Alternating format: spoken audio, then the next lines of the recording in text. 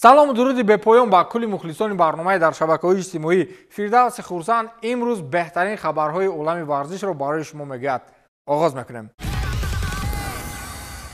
мухлисони дастаи ПСЖ аллакай бо Килиан Мбаппе алвидо мегӯянд. бозии охирини дастаи Парижӣ муқобили дастаи Тулуза буд ки минбари майдон акси калони Килиан Мбапперо руста шуд ва ин ба хотири аз даста рафтани футболбози фаронсавӣ дар охири мавсим мебошад. баъдан дар ин дидор Мбаппе дар дақиқаи 8 гол зад, вале шодиву нишоти парижиҳо дер давом накард. онҳо дар охир бо ҳисоби 3-1 шикаст хӯрданд, вале бозии охирини дастаи ПСЖ боз дар майдони Парк де Пранс аст ки ин ҳамчун бозии охирини Мбаппе бо пираҳани ПСЖ хоҳад буд. як ҳафта мешавад сару садоҳо дар мавриди охири мавсим дастаро тарк кардани Мбаппе сархати расонаҳои хабарист. ҳатто худи футболбоз ошкоро изҳор дошт ки бо ба охир расидани шартномаи ҳамкорӣ ӯ дастаи Парижро тарк мекунад. гап сари гузариши ӯ ба дастаи Реал Мадрид меравад ки ин мавзӯъ чанд соли охир мавриди муҳокимаи мухлисону расонаҳои варзишӣ буд.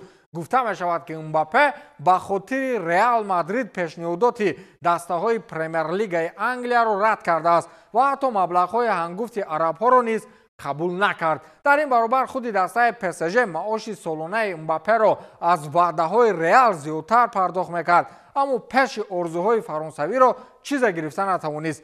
тасаввур кунед, барои пироҳани шоҳонаро пӯшидан одамон аз баҳри пулу сарват мегузаранд. дастаи Бохум охирин тиме буд ки дар соли 2023 дастаи Байер аз он шикаст хӯрда буд.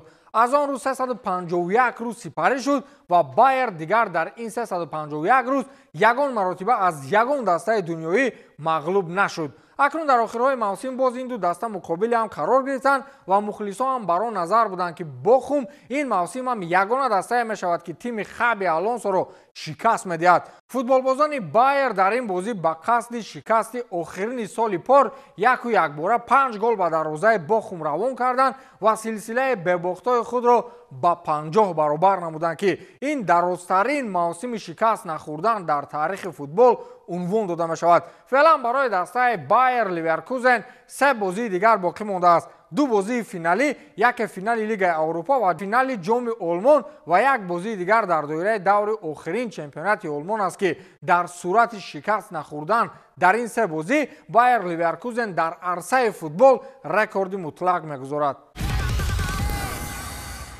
Реал Мадрид бозии охирини худро дар чемпионати Испания муқобили Гранада барпо кард. шогирдони Карло Анчелоти дар ин бозӣ бидуни мушкилӣ ва бо ҳисоби калон тавонистанд дастаи аутсайдери ҷадвалро торумор намоянд. Франк Гарсия, Арда Гюлер як голӣ заданд ва Браҳим Диас бошад ба задани 2 гол даст ёфт ки билохира бо ҳисоби 4-0 бозӣ ба анҷом расид. Реал Мадрид ҳанӯз пеш аз анҷоми чемпионат бо таносуби холҳо ғолибияти худро дар мусобиқа таъмин намуд ва 36-умин ҷоизаи чемпионии худро дар таърихи чемпионати Испания ба қайд гирифт. рӯзи шанбе дар маркази шаҳри Мадрид маросими ҷашни чемпионии дастаи шоҳона баргузор шуд ва ҳазорҳо мухлисони дастаи мадридӣ ба кӯчаҳо баромада карнавали идона ташкил карданд. барои дастаи мазкур 3 бозии дигар дар доираи рақобатҳои Ла Лига ва як бозии дигар дар финали Лигаи чемпионҳо боқӣ мондааст ки онҷо бо дастаи Борусия Дортмунд рақобат хоҳанд кард ки кӣ бовар дорад ки Реал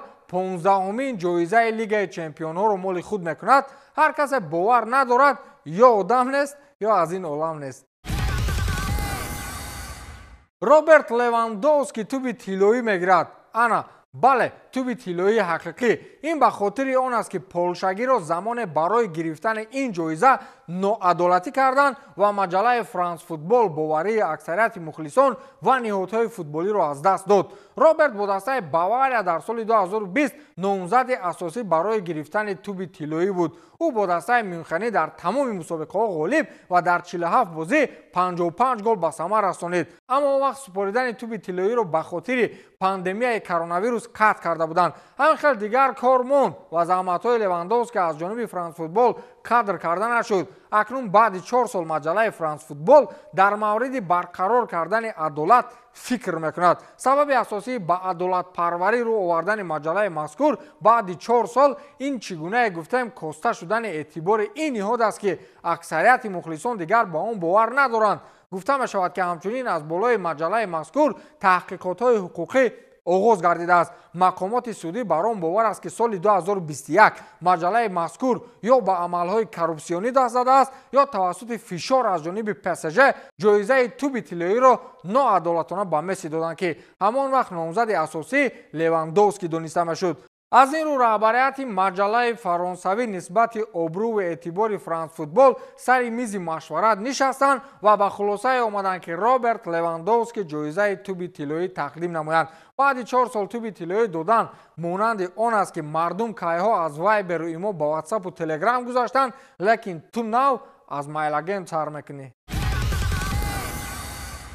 астон вилла баъди 41 сол дар лигаи чемпионҳо бозӣ мекунад. яке аз бузургтарин марҳилаҳои кории унаи эмери дар арсаи футбол. дирӯз дастаҳои манчестер сити ва тоттенхем ба қавле бозии ба финал баробару баро монданд ки дар ниҳоят шогирдони пеп гвардиола бо ҳисоби 2-0 ғалаба карданд ва тоттенхем шонси баромадан ба чоргонаи аввали ҷадвалро аз даст дод. бо ҳамин сабаб дастаи астон вилла расман мавсимро дар мавқеи чоруми ҷадвал хотима медиҳад ва мавсими оянда ба лигаи чемпионҳо меравад. гуфта мешавад ки охирин маротиба дастаи астон вилла соли 1983 дар мусобиқаи лигаи чемпионҳо бозӣ карда буд ва аз он вақт инҷониб ки 41 солро дар бар мегирад дастаи мазкур дар ин мусобиқа иштирок надошт. ин мавсим яке аз дастаҳои пурсарусадои премер-лигаи англия маҳз дастаи унаи эмери буд. умедворем дар лигаи чемпионҳо ҳам сарусадаҳои зиёдеро ба миён меоранд.